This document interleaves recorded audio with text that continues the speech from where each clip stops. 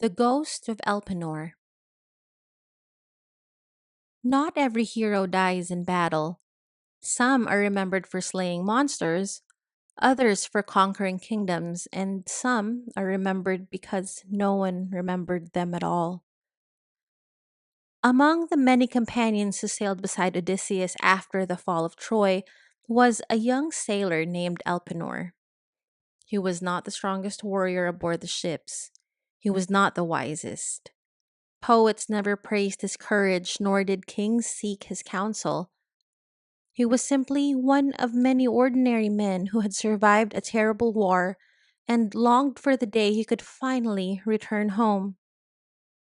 Perhaps that is why his story has endured, because it reminds us that history is not made only by great heroes. It is also shaped by those whose names are almost forgotten. After escaping the dangers of the Cyclops and the disastrous bag of winds, Odysseus and his companions arrived on the island of Aiaia, home of the powerful sorceress Circe. What began as a place of fear soon became a place of rest. Circe welcomed the weary sailors into her halls. She restored the companions she transformed into pigs. She offered them warm food, soft beds, and refuge from the endless hardships of the sea. For nearly a year, the men remained on the island. It was the longest peace they had known since leaving Troy. They feasted, they laughed, they slept without fear of storms and monsters. And little by little, the weight of the war seemed to lift from their shoulders. Among those enjoying this rare comfort was Elpenor. Like many of the sailors, he celebrated freely. The wine flowed generously through Circe's halls. The songs echoed late into the night. For the first time in years, there seemed to be little reason to worry about tomorrow. Then tomorrow arrived. At last, Odysseus announced that the journey must continue. Circe had given him troubling instructions. Before he could return to Ithaca, he would first have to sail to the land of the dead and seek the prophet Tiresias. The sailors prepared their ships before dawn.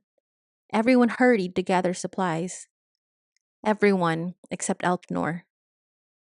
The young sailor had fallen asleep on the flat roof of Circe's palace, hoping to escape the heat inside after a night of celebration.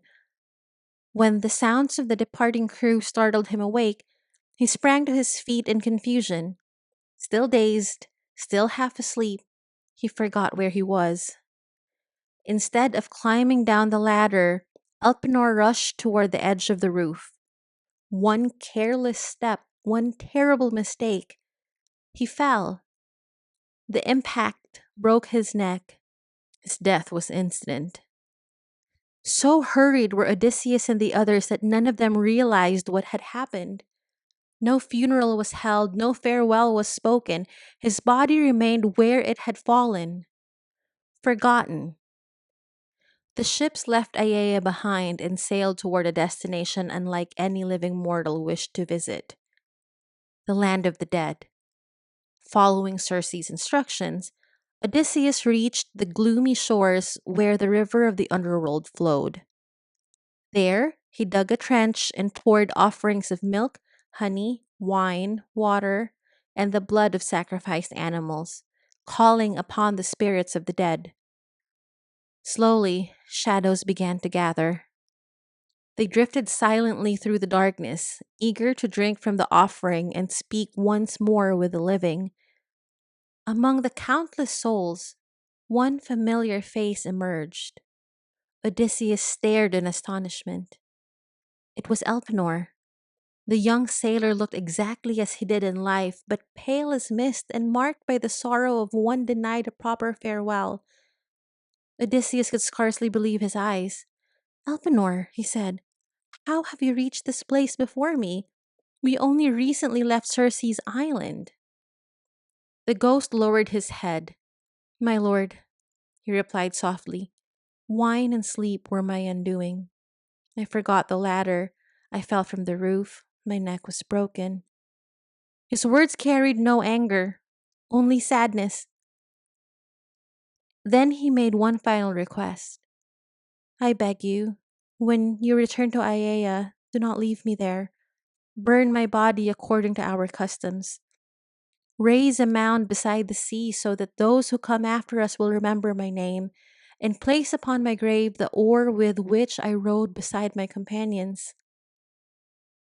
Without a proper burial, the Greeks believed a soul could never truly find peace. To be forgotten was a fate worse than death itself. Odysseus listened in silence. This young man had crossed the sea beside him. He had survived the war at Troy. He had endured monsters, storms, and endless hardship. Yet, in the end, he died not in glorious battle, but by a simple accident, and no one had even noticed. I swear it, Odysseus said. You will not be forgotten. Only after making that promise did Odysseus continue his journey through the underworld, where he would meet heroes, kings, and prophets whose names would echo through history. Yet the very first soul to greet him had not been a famous warrior, it had been an ordinary sailor. When Odysseus finally returned to Circe's island, he remembered his promise. His companions recovered Elpenor's body. Together, they built a funeral pyre overlooking the sea. They mourned their fallen friend. They buried his ashes beneath a great mound of earth.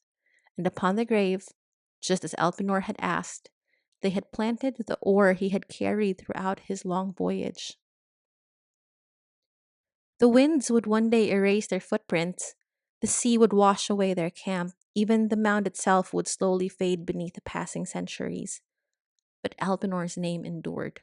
Not because he performed impossible deeds, not because he defeated monsters or won great battles, but because one promise was kept, and because even the humblest traveler deserves to be remembered.